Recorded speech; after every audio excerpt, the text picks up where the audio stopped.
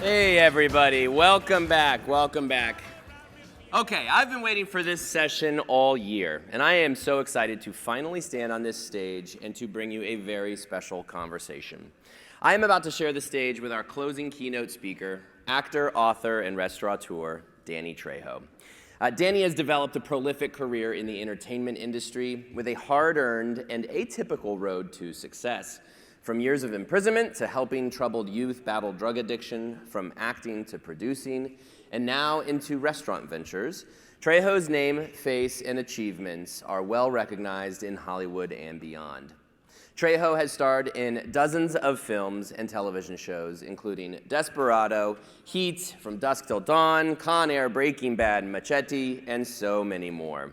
Most recently, Danny stepped into our world as a restaurateur with 8 restaurants encompassing Trejo's Tacos, Trejo's Cantina, and Trejo's Coffee and Donuts.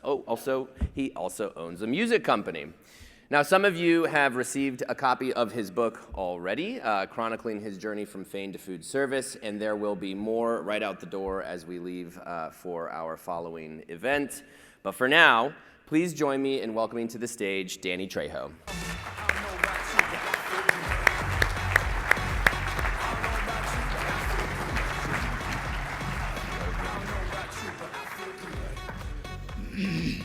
So Danny, I had this idea that I would do this like The Tonight Show, and you actually have been on The Tonight Show probably many times. What's that? You've been on The Tonight Show, right? Yeah, so this is like that. Just assume, I'm Kimmel or Jimmy Fallon, okay? Way less handsome, though. Okay, so I did this yesterday, and I'll do it again today, even though it might be foolish. But if you want to ask Danny any questions while we are chatting, you can do that by texting me. My phone number, once again, for anybody who wants it, 919-376-5146. Ask any questions of Danny Trejo while we go. But Danny, I want to start way back. I want to go to the early days, walk through your life up to this point where you joined the restaurant industry. And in the early days, you were in and out of jail. You were dealing drugs. I know this is a big part of your story that you talk about a lot. But let's just start there. What are some lessons that you learned in those early days that have continued with you through life? Yeah, don't use drugs. Yeah, that's a good one. Don't carry a gun. It's real simple stuff, Yeah. Mind your own business. And it seems to work out a lot better. Yeah.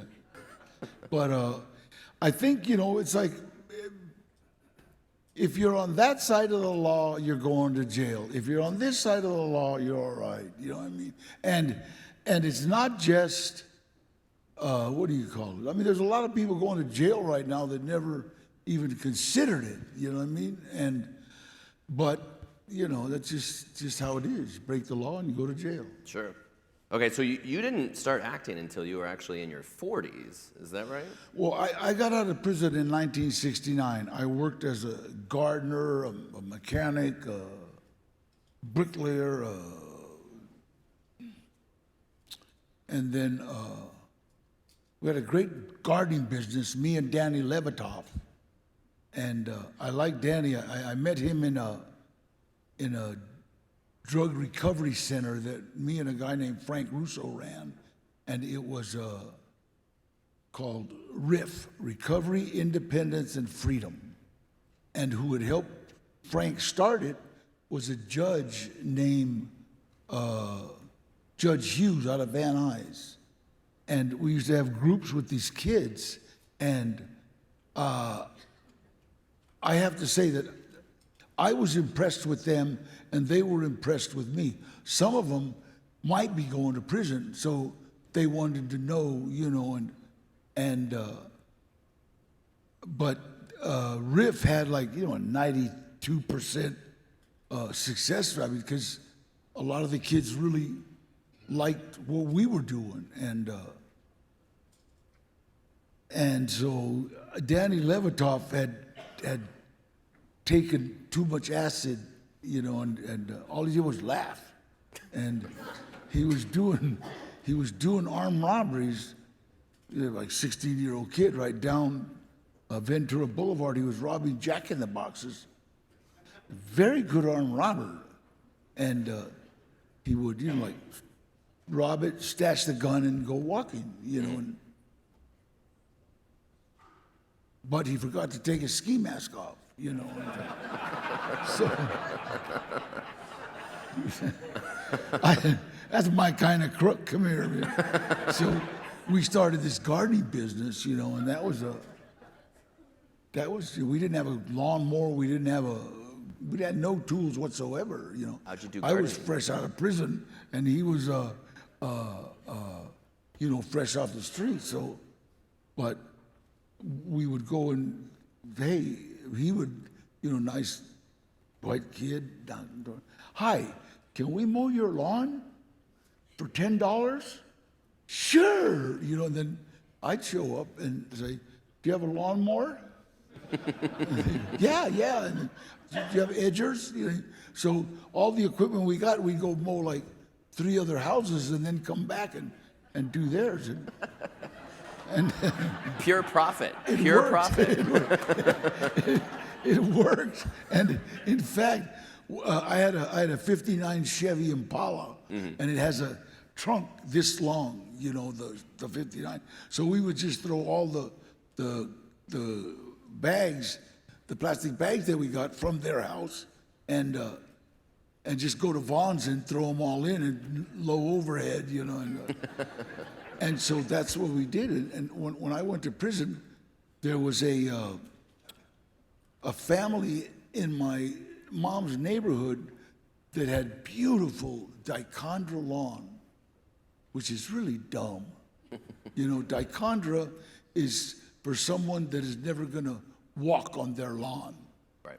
But they had just beautiful. They had 2 sons and husband, and so it was nice. I went to prison for 5 years. I came out, and there was a jungle. Like, Mom, what happened to the gardeners? And my mom said, well, man, one of her sons got killed in Vietnam, another one got killed in the gang war, and her husband committed suicide. So she turned into the neighborhood bruja, witch, the witch lady, that would burn the kids if they lied, and so, but we would go and just mow her lawn and just get it, looking like not an eyesore, and she would always give us lemonade, but it was like in a old people's, God, I hate saying old people. But those old pitchers that have the gold rim on top, that it's like for only anniversaries, and Yep. these 2 beautiful gold trimmed glasses. And I always had a fantasy of being in Vegas and a cocktail waitress bringing me like a 7-Up in clink, clink, clink, clink, crystal sounds. And I remember her always putting those glasses on the porch because she couldn't come outside because witches like burn up during the day. So and I'd always make Danny Levitov, I'd say, here, drink it. How's it taste? Good. You're not going like that. So she didn't turn him into a cat. So, and then because of that, this guy came over and said, hey, how much are you charging the lady? Because he had saw what we'd done with her lawn. Said, nothing. You weren't doing nothing. And so he, come over. I want to show you my lawn. And big Pablo there with Pablo, his name's Levitov. Okay, $5. And we went over to his yard. He started telling us everything he wanted, and we got him up to about $40, And now the gardener charges me $40 for passing my house. You owe me 40, Danny. And he said, he opened his garage and I'll give you this equipment if you do my house for free. And I said, I'll come over and wash your back, Holmes. Are you kidding me? We had every gardening tool known to mankind, So we even had a lawnmower that you use on putting greens. You know, there's like 1,000, and we got them all. And so we were working out of a '59 Chevy and borrowing. So we had invested in a truck and tools, everything. We had everything. We started bidding on big, had a great, great business going. And then Danny wanted to get into drug abuse, into helping people. So did I. So we sold that business, and we both got into drug abuse. We're still in it. I still work for Western Pacific Rehab, and my son is getting ready to open up a rehab, and I'm in the restaurant business, so we can feed everybody. Yep. Yeah, what's so interesting about your life is that one role you have played throughout most of your life is that of counselor. So again, like getting into rehab, you have served as a counselor to many, including drug-addicted kids. Why is that so important to you, and what do you hope to give back to future generations as a counselor? Well, the thing that I realized is rehabilitation isn't just getting well. Rehabilitate is continuing to rehabilitate. You know, you had to pass it on. And I could like, okay, well, I don't want to help anybody. I'd eventually die, you know, and it just doesn't seem like you have to become the person that you were not, you know. It's like, I'll walk into a room, and if I see somebody having an alcohol problem or a drug problem, I'll end up talking to them. You know, I have to do that, and that's what lets me sleep at night. Every morning when I wake up, my prayers are, "Dear Heavenly Father, let me help anyone I can." You know, and I think because of the notoriety that I've gotten with TVs and movies and stuff, it's real simple for me to walk into a school auditorium and watch it just get quiet, you know. And I've spoken some of the worst schools in Los Angeles, and teachers want to know, how do you do it? I said, yeah, I don't do nothing. I just show up, you know. But I think the good Lord put me on this path so where, you know, you can walk onto a school campus and nobody will even say hi. I walk onto a school campus, I've got everybody's attention. So even the kids that don't go to the auditorium to hear a speaker, they'll show up. Yeah. You're using the megaphone that you have, right? Yeah. Yeah, that's great. So I follow you on Instagram, and you recently posted that you just celebrated 55 years sober. Yeah. Is that right? Yeah. That's great.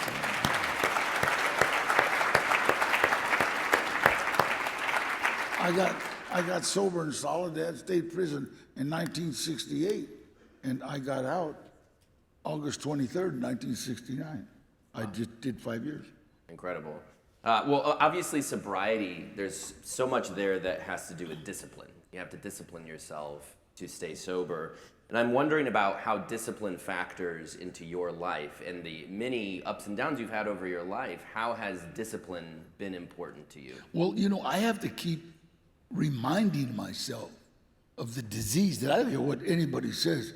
Alcoholism and drug addiction is a disease, you know, and if you've got it, who did it? My uncle coughed on me when I was 8 or something, and I caught it, you know,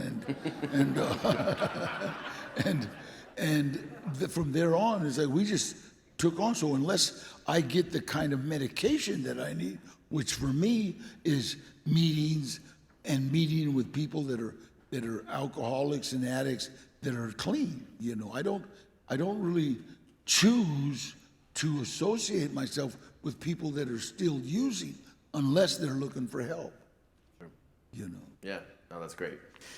So you mentioned you were in the gardening business. I believe you were a salesperson. I saw on Wikipedia you were a salesperson, unless Wikipedia is wrong, or is it ever wrong? Oh, yeah. Well, I was a pretty good salesperson. I sold drugs, but then, I worked for a friend of Sam Harding. He lived down here in Palm Springs for a while before he passed away. And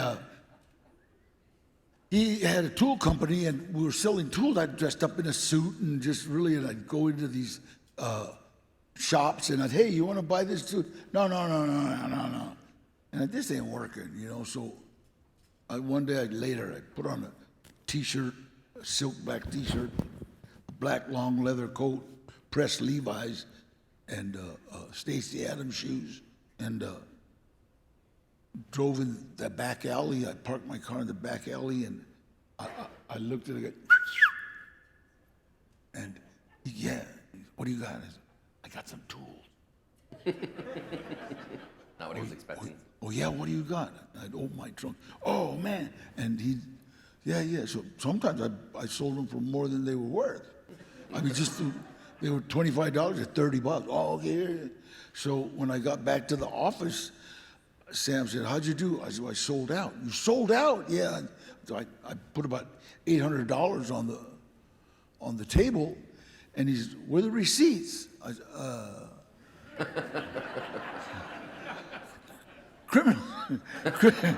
criminals don't give receipts, you know. He said, what did you do? I said, I sold them like if they were stolen. Everybody bought them, you know. And so there's a little larceny in everybody's heart. You know? So all of these changes you had in your life, you didn't, again, start acting until you were in your 40s. We all, of course, know you from all of the movies and TV shows that you've been in. A big part of this event for the last couple of days, for restaurant founders especially, we've talked about, you know, failure, learning from your mistakes, and that you can continue to find success. You know, some people here have had 2, 3, 4 restaurants because they fail, but then they open up another one. Makes me think kind of your life. You had a lot of ups and downs, and it wasn't until you were in your 40s that you started acting.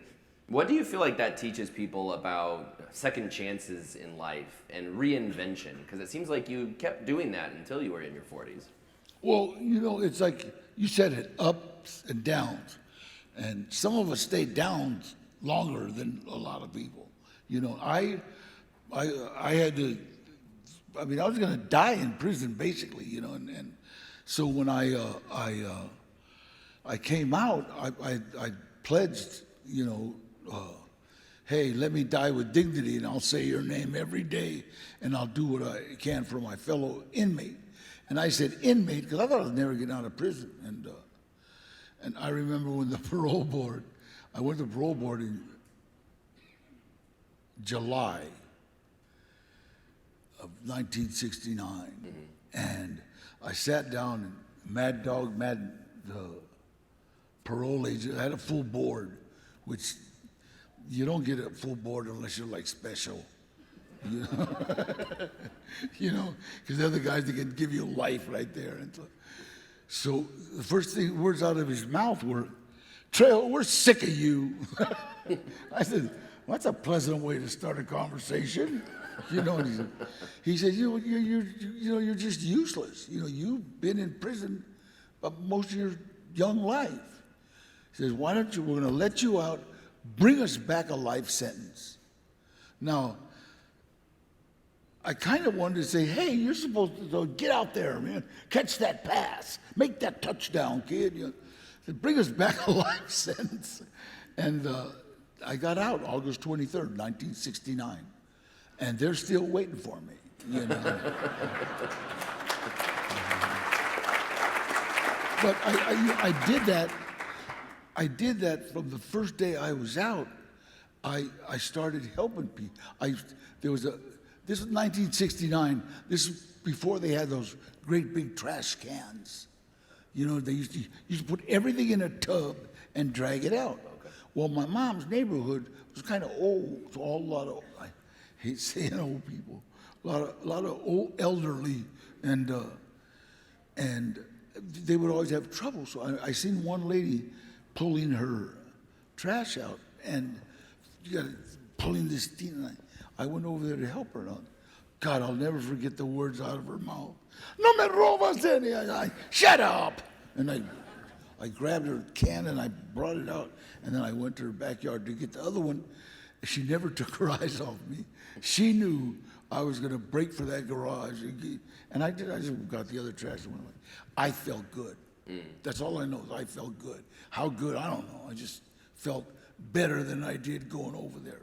And that's what I started to do. I started taking people's trash out. Trash day was Monday, and I would take them out Sunday night. And the first present I could ever remember getting was a fake suede blazer that a guy with real bad arthritis in his hands couldn't bring his cans out, so I would take them out for him. He got me, and I thought, wow, you get presents for this stuff, you know. So that's what I continued doing, and that's what I still do it. Yeah, that's awesome. You have a really unique way of getting into acting, a really unique story. It's kind of by accident, right? So for those who are not familiar with how you became an actor, can you tell us that story? I was working with a couple of kids that were actually on detox. They were detoxifying. And one of them said, hey, why don't you come with us, sign up for an extra? And so yeah, okay, I will. And then I just kind of forgot about it. And then one of them called me up about 11:30 at night and said, hey, Danny, will you come down here and hang out with me? I'm 108 days clean right now, man. I really feel like getting loaded. This was 1985, so you know cocaine was rampant. I mean, I remember Sammy Davis Jr. On The Tonight Show with Johnny Carson.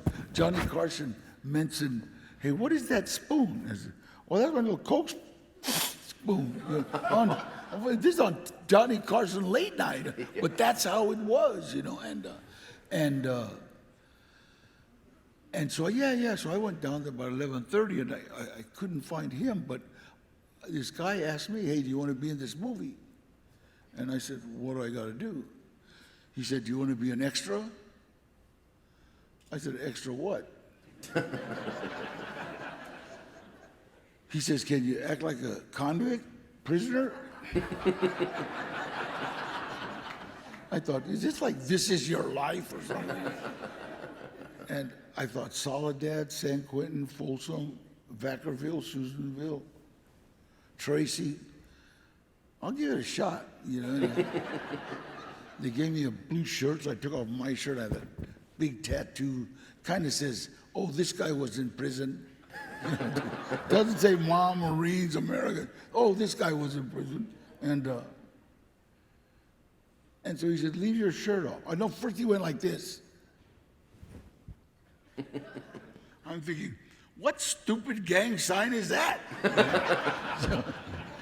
And then this other guy's looking at me, and he comes over and says, you're Danny Trejo. And I go, yeah. You're Eddie Bunker. I knew this guy in San Quentin. And Eddie Bunker was like that genius, you know. And he was the captain's clerk, which is probably the most powerful inmate in the penitentiary. Because if he puts a paper in front of the captain and the captain signs it, whatever was on that paper is good. So if a guard was hassling you too much, you give Eddie $100 and get this guy out of here.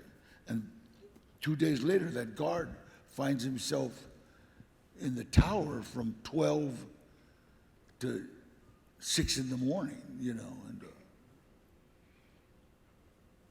And we started talking, and he says, Danny, are you still boxing? Now, this other guy, first, they were going to give me $50 for acting like a convict, you know. I told Eddie that. And he said, sure, we've been doing that all our lives. We both laughed, you know. We've been doing it for free, you know. And he said, are you still boxing? Because he saw me win the lightweight and the welterweight title up at San Quentin. And I said, no, man, I'm 40 years old. And you can't do much more damage to my mug. You know, and he says, you know what, we need somebody to train one of the actors. And I said, what's it pay? Now remember, they're gonna give me $50 for acting like a convict. And he says, $320 a day. And I just, how bad you want this guy beat up? No, I thought, that's a hit. I wasn't making that much money a week, you know. And, and before taxes, I'm bringing home about 180 bucks, you know. And I couldn't believe, wait a minute. He said, yeah, you got to be careful. This guy might sock you. I says, Eddie, for 320 bucks, give him a stick. Are you crazy? And I've been beat up for free, you know. And I started training an actor named Eric Roberts how to box for the movie Runaway Train. And Eric was a movie star, and movie stars kind of do whatever they want on movie sets, you know. So if they don't, I don't want to work, I don't go to his trailer. And when Eric saw me boxing, he wanted to learn. He said, hey, it's okay, but do what I say. So every time the director, Andrei Kozlowski, would call Eric, he'd send me, go get Eric, go get. And I'd go, Eric, let's go do this scene, and then we'll train. And so he'd do the scene, and we'd train. And so it was working out. And then Andrei came up, he was Russian, right? Aristocrat. First American movie, Runaway Train. I'd never forget, he came up and you be in movie, and you fight Eric in movie, and you be my friend. Now, a lesson. If you come from a prison background, you don't want another prisoner coming up to you and saying, you be my friend. And just before I said, hey, wait a minute, I'm not gonna shower with you, he kissed me on both cheeks and walked away. And I looked at Eddie, I'm gonna be training that kid for the 320, but if I'm gonna have to kiss that old man, I want more money. And he goes, no, he's European. I didn't tell that. Well, you've never been out of Pacoima other than San Quentin. And so I ended up getting into the movies. They got me a SAG card. When I found out what that SAG card was, I'd have come over and washed that old man's back. You know what I mean? All right, so 40 years now, almost 40 years that you've been acting. Were any of your roles from the past, I mean, from the 80s, 90s, all those iconic roles you played, anything particularly transformative for you? I don't know, transformative, but a lot of them, people would always say, like, you know, where did you study? Like when we were doing an armed robbery scene, right? You know? Vaughn, Safeway, TGIF, what do you got? Numerous liquor stores. You know. It was funny because when we were doing Heat, De Niro and Val Kilmer and Tom Sizemore all wanted to walk into a bank with a gun. You know, all of them, yeah, get the feel of it. You know, yeah. And Mike,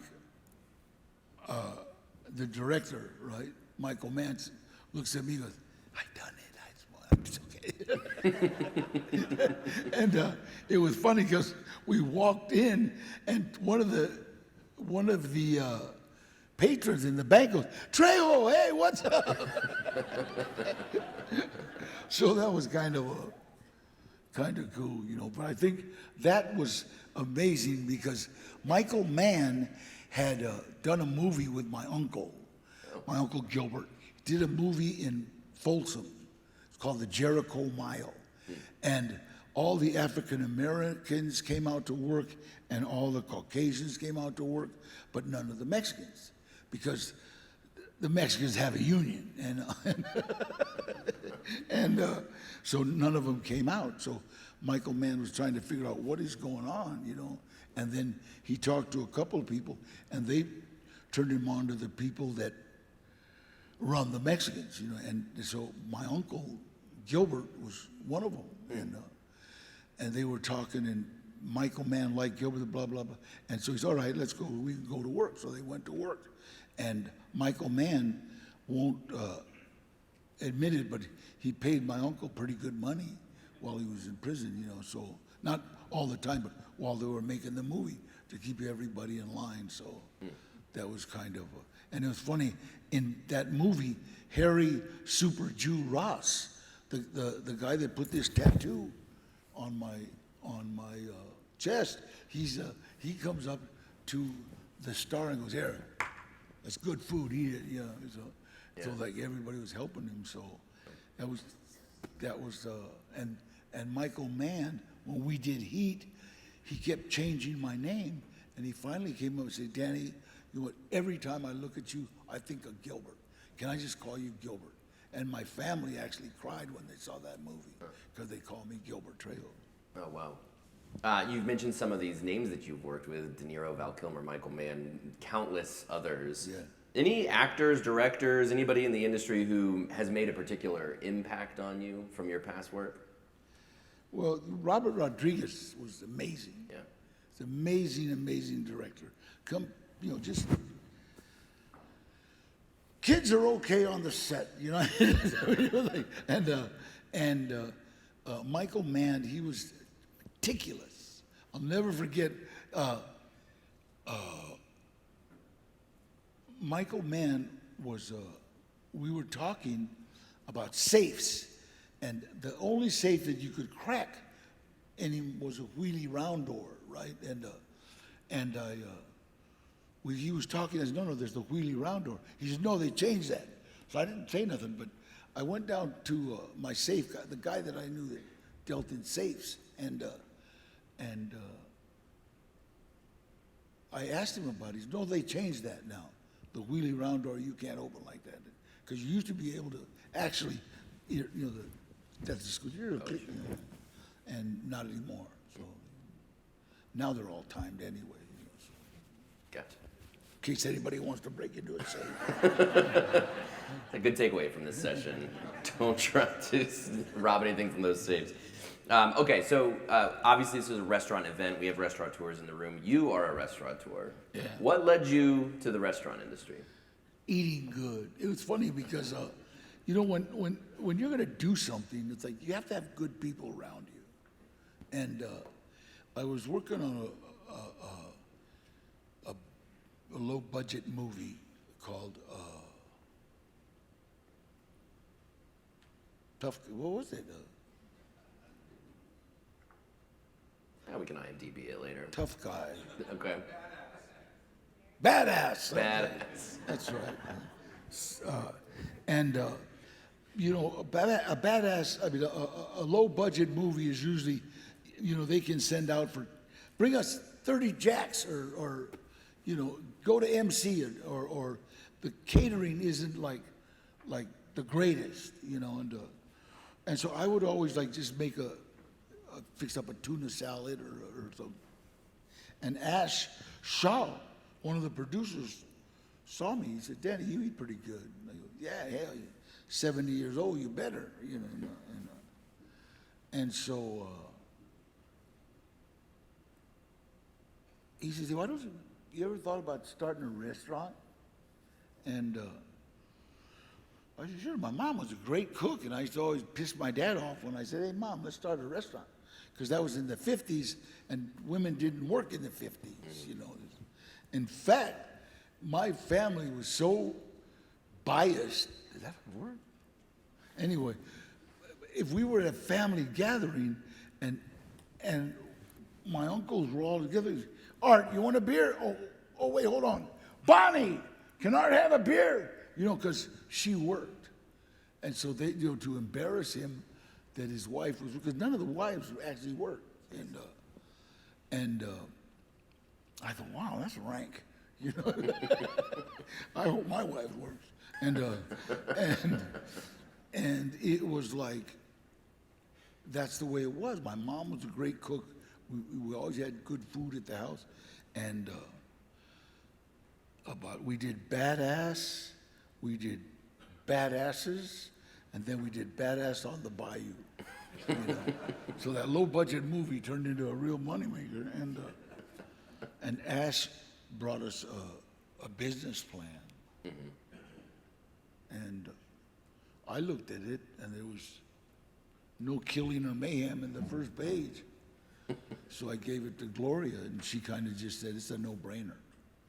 you know, because anytime somebody wants you to do something, well, look, it's only going to cost you $100,000, Right. you know, or 50,000 up front or something. And they actually wanted a business partner. They was like, okay, let's do this. And we're doing pretty good. We got about 4 restaurants. We're opening up 1 downtown, and the first of next year we're opening 1 in London. Saw that. How's that? LA to London. I can't believe it, you know. Yeah, you in your portfolio has an interesting diversity of concepts because you have tacos, of course, the cantina, but you also have coffee and donuts. What's with the diversity of concepts in your portfolio? You know what? When we saw that there was a very famous building, it was called Donut Time, and they actually made a movie called Tangerine with a cell phone, you know. Oh, yeah. You know, and it was a hit, but the building was empty now, and so having good people around you, you know, that are looking out for you and looking out for the business, it's like Ash and Jeff said, hey, what about doing donuts? And I said, I love the police. Let's do donuts, you know. And the grace of God, when we started our donut shop, with the building already there, it's on Highland and Santa Monica Boulevard, and it's a beautiful pink building, right? And right a block away, they opened up a huge apartment complex with offices and everything else, and the studios just automatically started going for donuts in the morning, so it worked out really, really well. Just made sense, huh? So obviously, with Trejo's Tacos is the one that's opening in London, is that right? Yeah. So you see that, I mean, that's the one you hope to grow and scale, or do you also hope to grow the coffee and donut business? Well, you know what? It's like we're always looking to grow. Yeah. You know, so before the pandemic, we were going to Vegas, Detroit, and San Antonio, Texas. But then you know, the pandemic hit and just slowed everything down. Now we're going to Detroit, and that's going to be a venue like the House of Blues with Live Nations, you know, so we're doing that. We know the people at Live Nations, so. Yeah. Tell me about the experience in your restaurants that you hope to create, because food obviously is important to you. You know what? I want people to feel like they're at home. You know, I don't want people to come in and have to put on airs. It's just like, you know, it's a friendly place. Everybody's friendly. I won't. I don't think anybody would tolerate, like, you know, snotty waitresses or angry waitresses, and the bathrooms are always clean. That's the one thing that is always how I have graded restaurants. You know what I mean? Is the bathroom clean? You know, and it's the bathroom clean. Food delicious. You know, we always get Yelps, or I don't know what those things are. We get good grades, you know, on food, and I, you know, it's funny. I always send my friends in to go eat and give me a report, and the waitress, Dan, stop sending in your friends. Y'all got tattoos on on their neck, you know. So, but our, you know, that's it. What is it? It's taste, service, you know, kindness, and friendly. That's the whole thing. Yeah. You know. What lessons have you learned throughout your life, through all that we've talked through in this conversation? Obviously, such a interesting life you've lived. Do you apply those lessons to your restaurants? You know, one of the things that Eddie Bunker was the guy that got me in the movies, right? And actually mentored me for a while. And he said, Dan, you've got a mug that always looks like you're going to do a robbery. And Eddie had a mug that, I don't care what he said, it came out like, want to rob a bank, you know, I mean, just,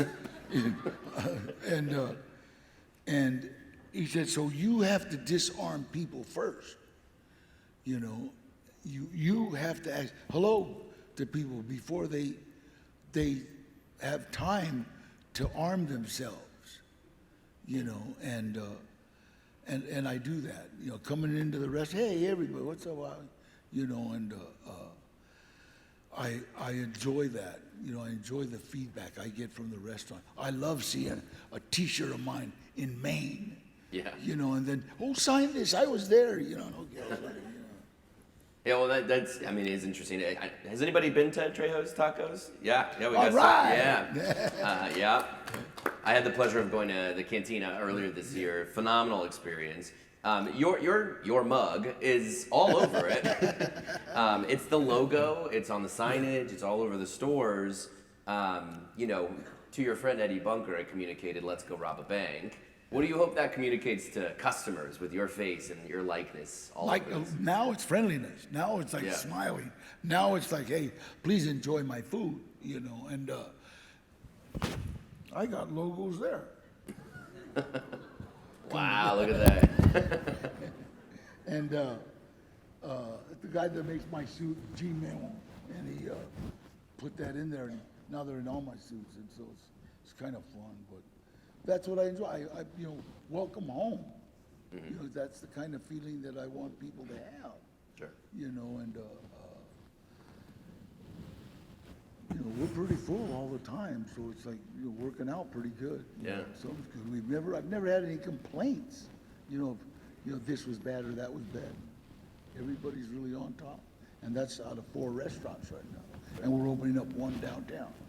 Well, I think about your experience as being a counselor and somebody who's passing it down, and that aligns really well with the restaurant industry, which is hospitality, right?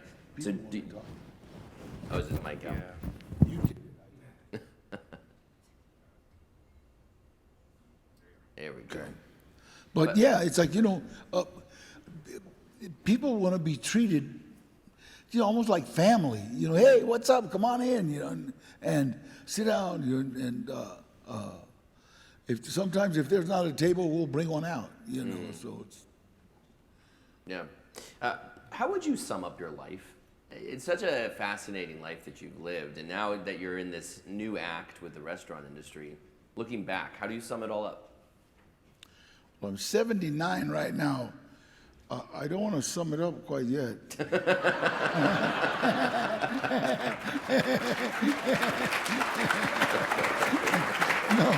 No. Hey, you know what? It's been a journey, and I think the good Lord prepared me for what I was supposed to do. And that's, you know, work with them kids in juvenile hall, work with them guys in prison, you know, work with them. Everything else is just, you know, frosting on the cake. Right. But when I'm in the airport and some kid, you know, 25 years old or 30 years old comes, hey, I heard you talk when I was in juvenile hall, man. And thank you, man. I got 2 kids. I got a wife. That's like, wow, you know, no amount of money in the world, you know. And I feel real good about that. And like I said, I'm not done. My kids, all 3 of them, had their problems with drugs, you know, and now they're all doing great.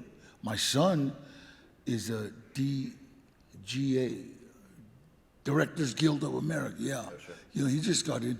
And I would always take him to movie sets and try to put him in front of the camera. But secretly, he just learned, you know, camera and lighting. And so right now, it's funny because he just won an award in London for a music video. And I was in the same paper saying, Danny Trejo was bringing a restaurant to London. So that was kind of like, he called me in the middle of the night and said, hey, Dad, we're in the paper. That was just so cool. Yeah. When I look at your life, I think of perseverance. It feels like you've had to persevere. You've had a lot of determination in your life.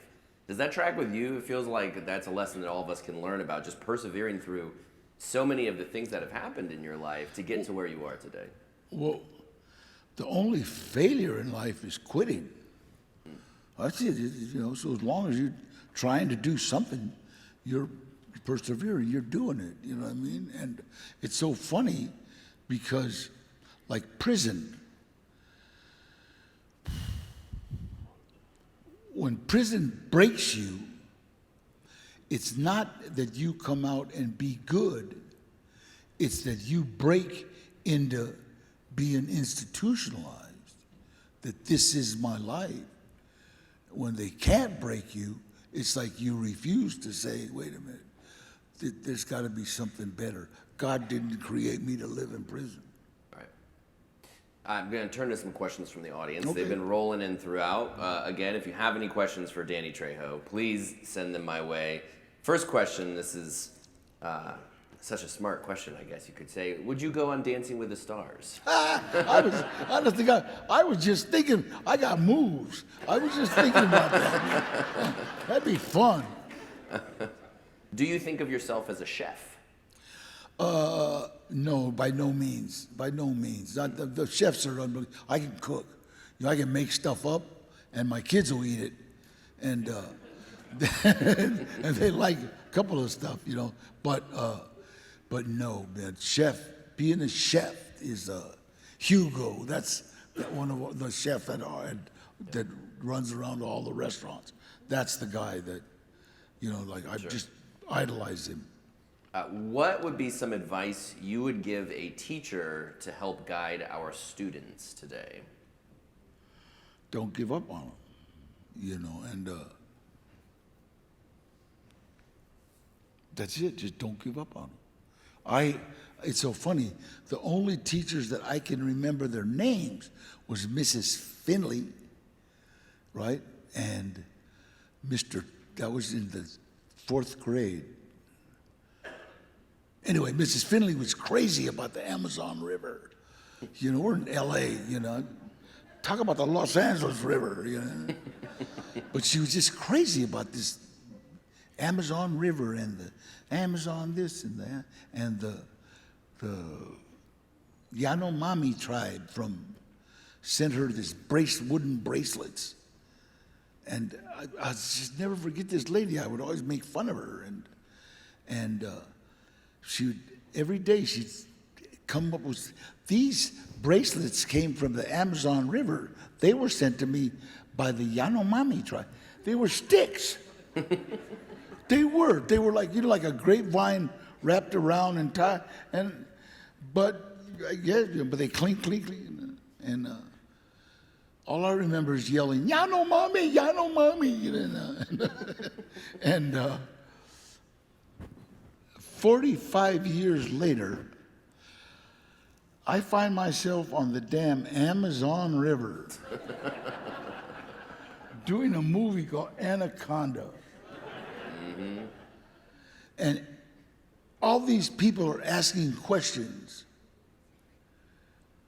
and I know the answers.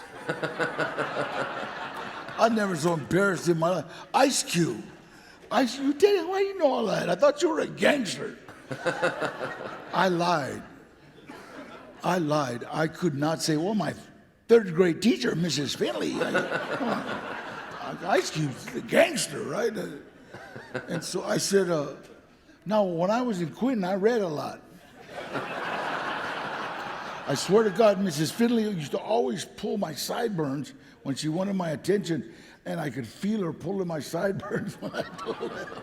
And then it was funny because she would say, and at night, kids, the stars are overwhelming on the Amazon River. And she was real, I don't know, anetic, I don't know what you call it, but my scene was shot by twilight. There was no light, just twilight. So I was going up to the Amazon to shoot this scene up to where the set was in this huge boat, because the crew wasn't allowed to ride with actors. So I'd be on this boat by myself and just the crew that ran the boat. And everybody else was on the way back. I'd come back, and it was already like almost 9 o'clock, 10 o'clock at night. And I'm sitting there at the back of the boat. I'm looking like this. Hey, Mrs. Finley, you were right. They're overwhelming. I swear to God, I couldn't. I had the guy, the captain, everybody kept running. Get that, give it. Talking to Miss Finley, it's all right, don't worry. All right, so somebody asked about your experience on Iron Chef, where you critique chefs and Michelin star chefs at that.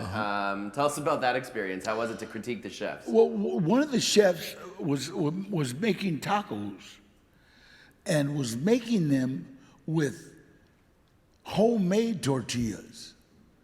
Okay, now that reminded me so much of my grandmother, right? Because if you brought store-bought tortillas in her house, she would look at you like you just committed a mortal sin. I mean, literally, nobody. She would, the whole thing, everything in it, make her. And I watched her, and I watched this girl go tortillas from scratch, everything. And I remember mentioning that she was so unbelievable meticulous, and that's the way I scored it, you know. Nice. What are the plans for the next chapter of your life? To grow.